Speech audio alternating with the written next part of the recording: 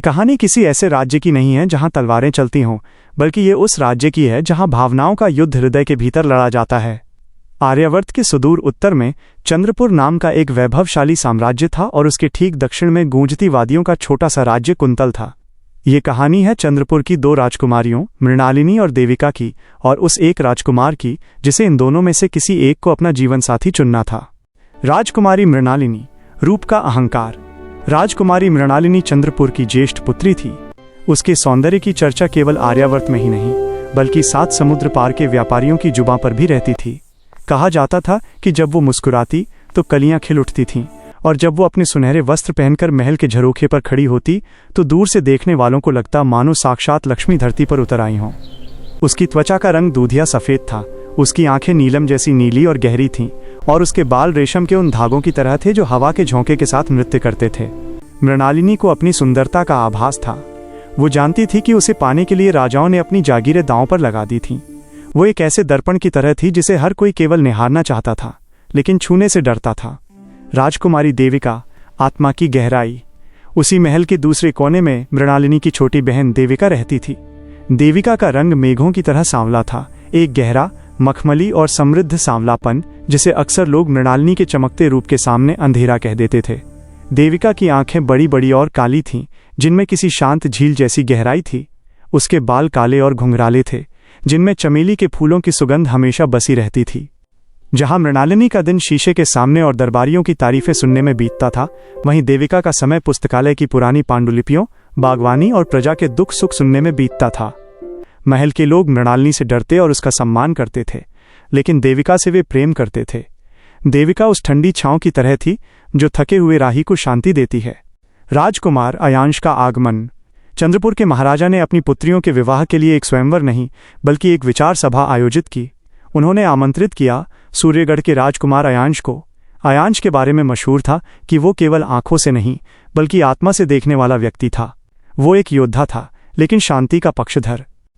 जब अयांश का रथ चंद्रपुर की सीमाओं में प्रविष्ट हुआ तो पूरी नगरी उत्सव के रंग में डूब गई। मृणालिनी ने हफ्तों पहले से अपनी तैयारी शुरू कर दी थी। उसने 7 देशों से मंगाए गए इत्र और हीरों से जड़ा हुआ लहंगा पहना था। वहीं देविका ने साधारण सूती वस्त्र पहने और अपने बालों में केवल एक ताज़ी चमेली की कली लगाई। प्रथम भेंट। महल के भव्य दरबार में जब अयांश ने कदम रखा तो उसकी नज़र सबसे पहले मृणालिनी पर पड़ी। मृणालिनी एक ऊंचे सिंहासन पर बैठी थी, उसके चेहरे पर एक दिव्य चमक थी।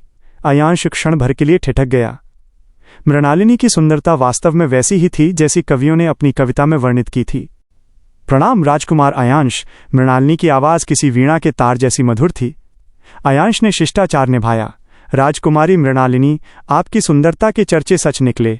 आप वास्तव में इस राज्य का गौरव हैं। मृणालिनी के चेहरे पर गर्व की मुस्कान तैर गई। उसने मान लिया कि राजकुमार उसका हो चुका है। लेकिन तभी अयांश की नज़र कोने में खड़ी एक शांत आकृति पर पड़ी। वो देविका थी। और आप? अयांश ने मृणालिनी के पीछे खड़ी सांवली कन्या से पूछा। देविका ने अपनी नज़रें झुकाकर धीरे से कहा, मैं देविका हूं, महाराज की छोटी पुत्री और मृणालिनी की अनुजा। अयांश ने देखा कि देविका की आवाज़ में वो खनक तो नहीं थी जो मृणालिनी की आवाज़ में थी, लेकिन उसमें एक ऐसी गहराई थी जो सुनने वाले के दिल को सीधे स्पर्श करती थी। अयांश कुछ पल के लिए देविका की काली आंखों में खो गया, जो रात के आकाश की तरह विशाल लग रही थीं।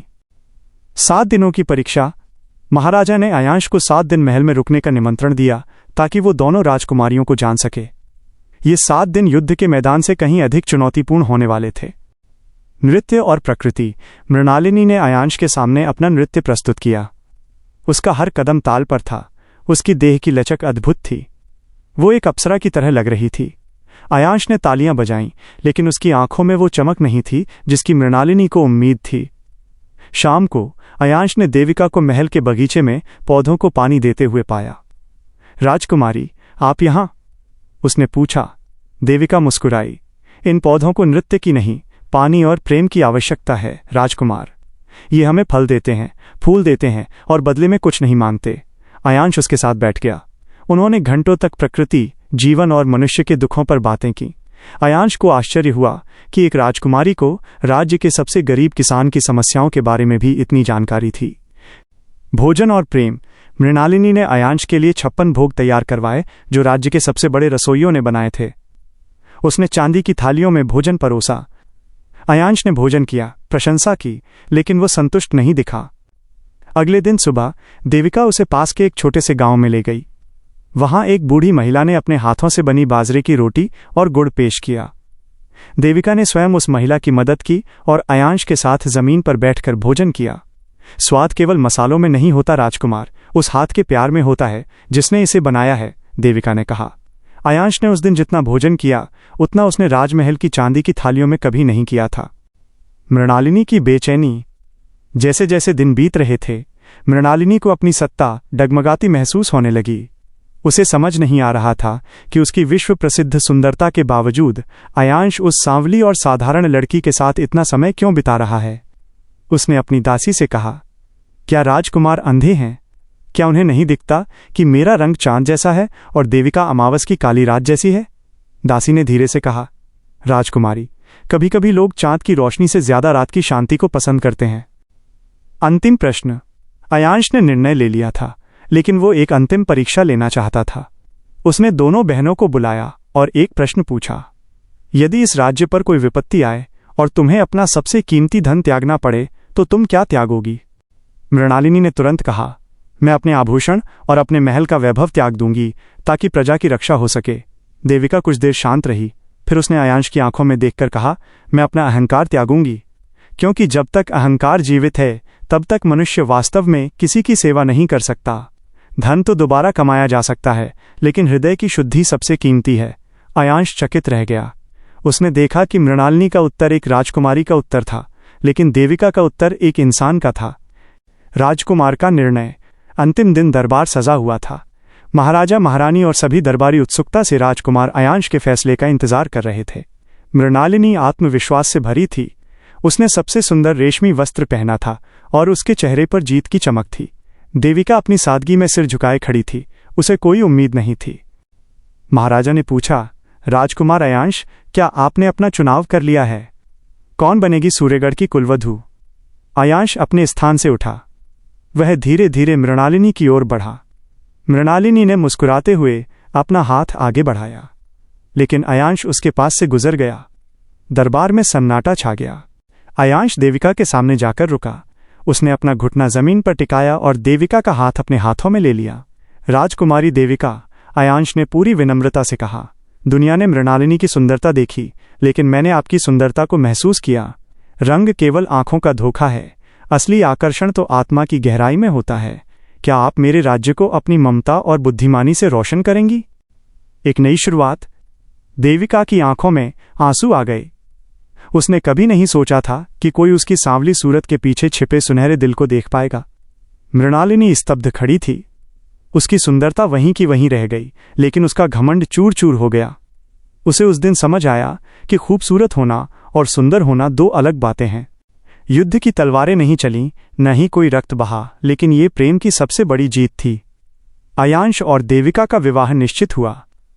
मृणालिनी ने भी पहली बार दर्पण से नजरें हटाकर अपने भीतर झांकना शुरू किया।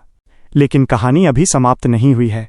विवाह से पहले एक ऐसी चुनौती आने वाली थी जो देविका के धैर्य की और भी बड़ी परीक्षा लेने वाली थी। राजकुमार अयांश के निर्णय ने पूरे चंद्रपुर महल को स्तब्ध कर दिया था।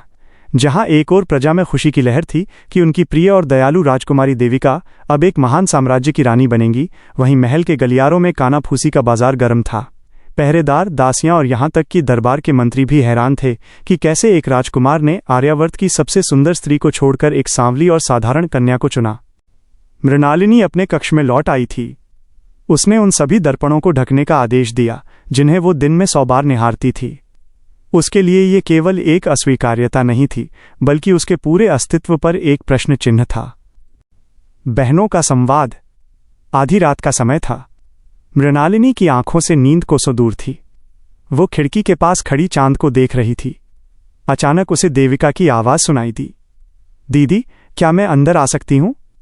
मृणालिनी ने बिना मुड़े कहा, तुम यहां अपनी जीत का जश्न मनाने आई हो देविका? देविका धीरे से कमरे में प्रविष्ट हुई। उसने मृणालिनी के कंधे पर हाथ रखा। जीत? दीदी, यह कोई प्रतियोगिता नहीं थी। राजकुमार ने मुझे नहीं चुना, उन्होंने शायद उस जीवन को चुना जो मेरे साथ जुड़ा है। मुझे आपसे कोई ईर्ष्या नहीं है और न ही मैं आपसे श्रेष्ठ हूं। मृणालिनी मुड़ी, उसकी आंखें लाल थीं। तुम नहीं समझोगी देविका। बचपन से मुझे यही सिखाया गया कि मेरा रूप ही मेरी शक्ति है। आज जब वो शक्ति विफल हो गई तो मुझे लग रहा है जैसे मैं भीतर से रिक्त हूं। अयांश ने मुझ में वो क्या नहीं देखा जो तुम में है? देविका ने शांति से उत्तर दिया। शायद उन्होंने वो देखा जो दर्पण नहीं दिखा सकता। उन्होंने आपकी आंखों की चमक तो देखी, पर उन आंखों के पीछे छिपी दूसरों के प्रति करुणा को ढूंढना चाहो जो शायद उन्हें नहीं मिली। गांव की यात्रा और सेवा की परीक्षा। विवाह की तैयारियों के बीच राजकुमार अयांश ने एक नई घोषणा की। उन्होंने कहा कि वो विवाह से पहले 15 दिन चंद्रपुर की सीमाओं पर स्थित उन गांवों में बिताएंगे जहां पिछले साल अकाल पड़ा था। उन्होंने दोनों राजकुमारियों को अपने साथ चलने का निमंत्रण दिया। महाराजा चिंतित थे। राजकुमार, वहां सुख सुविधाएं नहीं हैं। मेरी पुत्रियां राजमहलों में पली बढ़ी हैं। अयांश ने मुस्कुराकर कहा। महाराज, जो रानी बनने वाली है उसे अपनी प्रजा के पसीने की गंध भी पहचाननी चाहिए। मृणालिनी ने इसे एक अवसर के रूप में देखा। उसे लगा कि शायद इन 15 दिनों में वो अपनी सेवा और सुंदरता से अयांश का मन बदल सकेगी। गांव की परिस्थितियां कठिन थीं। धूल भरी सड़कें, तंग झोपड़ियां और अभाव में जीते लोग। मृणालिनी अपने साथ रेशमी तंबू और दासियों की फौज लेकर गई थी। वो जब भी किसी बीमार के पास जाती तो अपने कपड़ों को धूल से बचाने की कोशिश करती। उसका दान देना भी एक प्रदर्शन जैसा लगता था। इसके विपरीत देविका ने अपना राजसी वेश त्याग दिया था। वो गांव की महिलाओं के साथ मिलकर खाना बनाती, बच्चों के घावों पर मरहम लगाती और अयांश के साथ बैठकर इस बात पर चर्चा करती कि कैसे यहाँ की जमीन को फिर से उपजाऊ बनाया जा सकता है।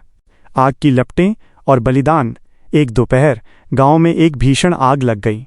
कोई युद्ध नहीं था, कोई दुश्मन नहीं था, लेकिन स्थिति वैसी ही भयावह थी। लोग अपनी जान बचाने के लिए भाग रहे थे। अयांश और देविका तुरंत आग बुझाने में जुट गए। देविका ने देखा कि एक झोपड़ी के अंदर एक छोटा बच्चा फंसा हुआ है। बिना एक पल गंवाए देविका ने पानी से भरा कंबल ओढ़ा और धुआं उगलती झोपड़ी में घुस गई। बाहर खड़ी मृणालिनी थरथर कांप रही थी। उसे डर था कि कहीं उसकी त्वचा झुलस न जाए, कहीं उसका रूप बिगड़ न जाए। जब देविका बच्चे को सुरक्षित बाहर लेकर आई तो उसका चेहरा धुएं से काला पड़ गया था और उसके हाथ थोड़े झुलस गए थे। अयांश दौड़कर उसके पास आया। उसकी आंखों में देविका के लिए जो सम्मान था वो किसी भी प्रेम से ऊपर था। उस क्षण मृणालिनी को समझ आया। उसने देखा कि अयांश देविका के झुलसे हुए काले चेहरे को दुनिया की सबसे खूबसूरत चीज की तरह देख रहे थे।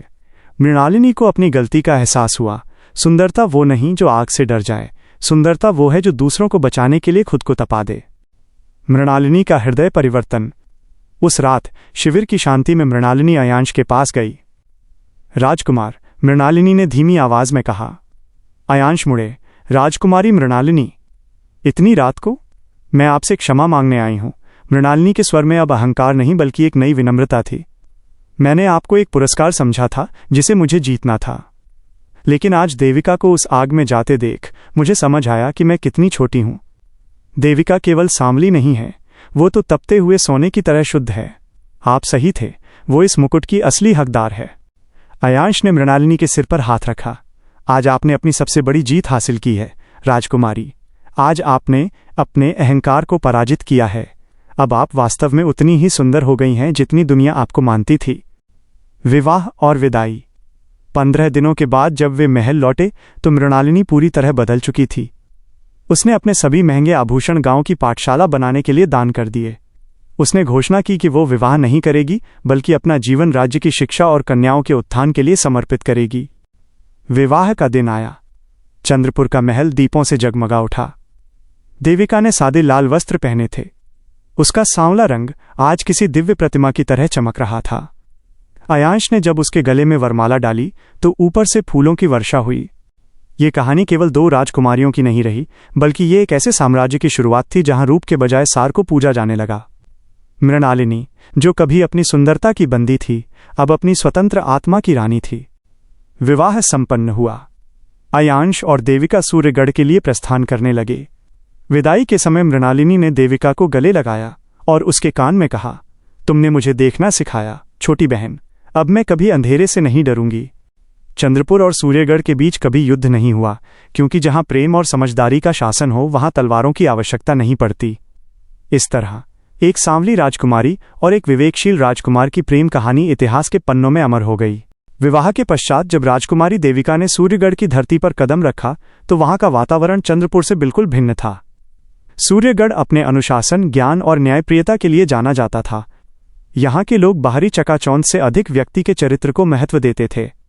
देविका के सांवले रंग को देखकर कुछ दरबारियों ने दबी जुबान में चर्चा की, लेकिन जैसे ही देविका ने राज्य के कार्यों में हाथ बटाना शुरू किया, सबकी शंकाएं दूर हो गईं। उसने महल की फिजूल खर्ची कम की और उस धन को सैनिकों की विधवाओं और अनाथ बच्चों के कल्याण में लगा दिया। अयांश का प्रेम और विश्वास देविका के लिए उसकी सबसे बड़ी शक्ति थी। मृणालिनी का नया मार्ग। इधर चंद्रपुर में मृणालिनी ने अपने जीवन का एक नया अध्याय शुरू किया था। उसने रेशमी वस्त्रों के स्थान पर साधारण पीले वस्त्र धारण कर लिए थे। उसने महल के एक हिस्से को कला और संस्कार केंद्र में बदल दिया था, जहां वो स्वयं बालिकाओं को चित्रकारी, संगीत और साहित्य पढ़ाती थी। मृणालिनी अब दर्पण में अपना चेहरा नहीं देखती थी, बल्कि उन बच्चों की आंखों में अपनी उपयोगिता तलाशती थी। उसके चेहरे पर अब वो कृत्रिम चमक नहीं थी, बल्कि एक दिव्य शांति थी जो केवल त्याग और सेवा से आती है। एक कठिन परीक्षा, महामारी का संकट। विवाह के 2 वर्ष बीत चुके थे। अचानक दोनों राज्यों की सीमाओं पर एक अज्ञात बीमारी, महामारी ने दस्तक दी। ये कोई युद्ध नहीं था जिसे तलवारों से जीता जा सके। यह एक अदृश्य शत्रु था। गांव के गांव इस बीमारी की चपेट में आने लगे। अयांश और देविका ने तुरंत राहत कार्य शुरू किए, लेकिन संकट इतना बड़ा था कि उन्हें सहायता की आवश्यकता थी। देविका ने चंद्रपुर संदेश भेजा। मृणालिनी ने जैसे ही ये सुना, उसने अपनी सुरक्षा की चिंता किए बिना डॉक्टरों और औषधियों का एक जत्था तैयार किया और स्वयं सीमावर्ती गांवों की ओर चल पड़ी। वो वही मृणालिनी थी जो कभी धूल से डरती थी, लेकिन आज वो दिन रात बीमारों की सेवा में जुटी थी। देविका और मृणालिनी का पुनर्मिलन। सीमा पर बने एक अस्थायी उपचार केंद्र में दोनों बहनें मिली। देविका एक वृद्ध महिला को औषधि पिला रही थी। तभी उसने देखा कि मृणालिनी पास ही खड़े एक संक्रामक रोगी के घाव साफ कर रही है। देविका की आंखों में आंसू आ गए। दीदी, आप यहाँ? ये आपके लिए बहुत खतरनाक हो सकता है। मृणालिनी मुस्कुराई, ऐसी मुस्कान जो उसने अपने सबसे सुंदर दिनों में भी कभी नहीं पहनी थी। देविका, जिस दिन तुमने उस जलती झोपड़ी से बच्चे को बचाया था, उसी दिन मेरी सुंदरता का भ्रम जल गया था। आज मुझे समझ आया है कि मेरा ये शरीर केवल निहारने के लिए नहीं, बल्कि किसी के काम आने के लिए है।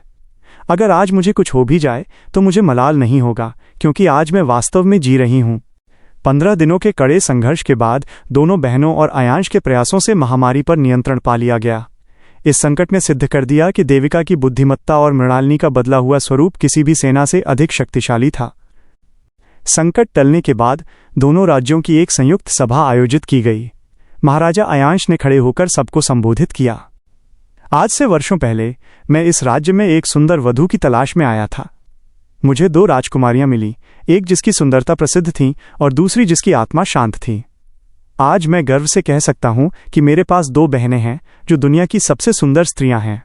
एक ने मुझे प्रेम का अर्थ सिखाया और दूसरी ने मुझे ये सिखाया कि मनुष्य अपने कर्मों से अपना भाग्य और अपना रूप बदल सकता है। मृणालिनी ने आगे बढ़कर जनता को संबोधित किया। मैं आज उन सभी लड़कियों से कहना चाहती हूं जो अपने रंग या रूप को लेकर दुखी रहती हैं, याद रखो, पुष्प का रंग चाहे जो हो, उसकी पहचान उसकी सुगंध से होती है। मैंने सांवली देविका से सीखा कि हृदय की कोमलता ही असली आभूषण है। कहानी का अंत किसी महल की जीत से नहीं, बल्कि मानवता की जीत से हुआ। अयांश और देविका ने सूर्यगढ़ को एक आदर्श राज्य बनाया जहां न्याय का शासन था। मृणालिनी ने कभी विवाह नहीं किया, लेकिन वो पूरे चंद्रपुर की मां कहलाने लगी। वक्त बीतता गया, राजकुमारियां बूढ़ी हुईं, उनके चेहरे पर झुर्रियां आईं, बाल सफ़ेद हुए, लेकिन उनकी सुंदरता कभी कम नहीं हुई, क्योंकि उन्होंने वो सुंदरता पाली थी जिसे समय भी नहीं छीन सकता था। पीढ़ियों तक आर्यावर्त के लोग उस राजकुमार की कहानी सुनाते रहे जिसने सांवली राजकुमारी को चुना, और उस सुंदरी की कहानी जिसने अपने अहंकार को त्याग कर सेवा का मार्ग अपनाया। मेरे चैनल को सब्सक्राइब करें और नोटिफिकेशंस के लिए बेल आइकन दबाएं और शेयर करना ना भूलें।